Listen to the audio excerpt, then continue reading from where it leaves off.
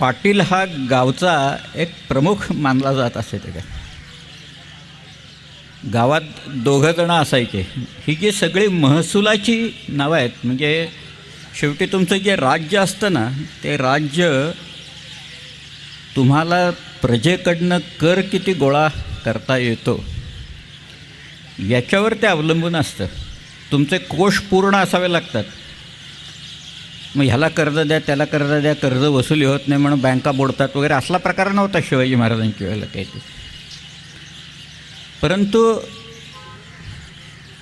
पाटील आणखी कुलकर्णी हे दोन गावातली महत्त्वाची माणसं असायची.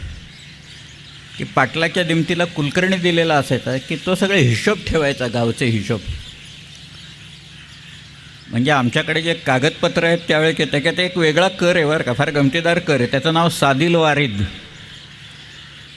आपल्याकडे त्याला सादिल वार म्हणतात. म्हणजे त्या गावात सरकारची माणसं आली, आणखीन कोण आलं, गावातनं जाणारे लोक प्रवासी असायचे. मग त्यांना मुक्काम, त्यांना खाणंपिणं त्या गावाला करावं लागायचं ना. आलेत पाहुणे, आलेत शेवटी. आणि सरकारी माणसं आले की त्यांची सरबराई करायची पद्धत त्याच्या आधीपासूनच आहे, शिवाजी महाराजांच्या आधीपासून चालत आलेलीच आहे. त्यामुळं त्यांची सरबराई शेवटी पाटील म्हणायचं मी एकटा काय काय करू, सगळं जे काय आहे ते मलाच करावं लागतं. म्हणून त्या गावाला एक छोटा कर लावायचा, म्हणून त्याला सादिल वारीद म्हणायचं.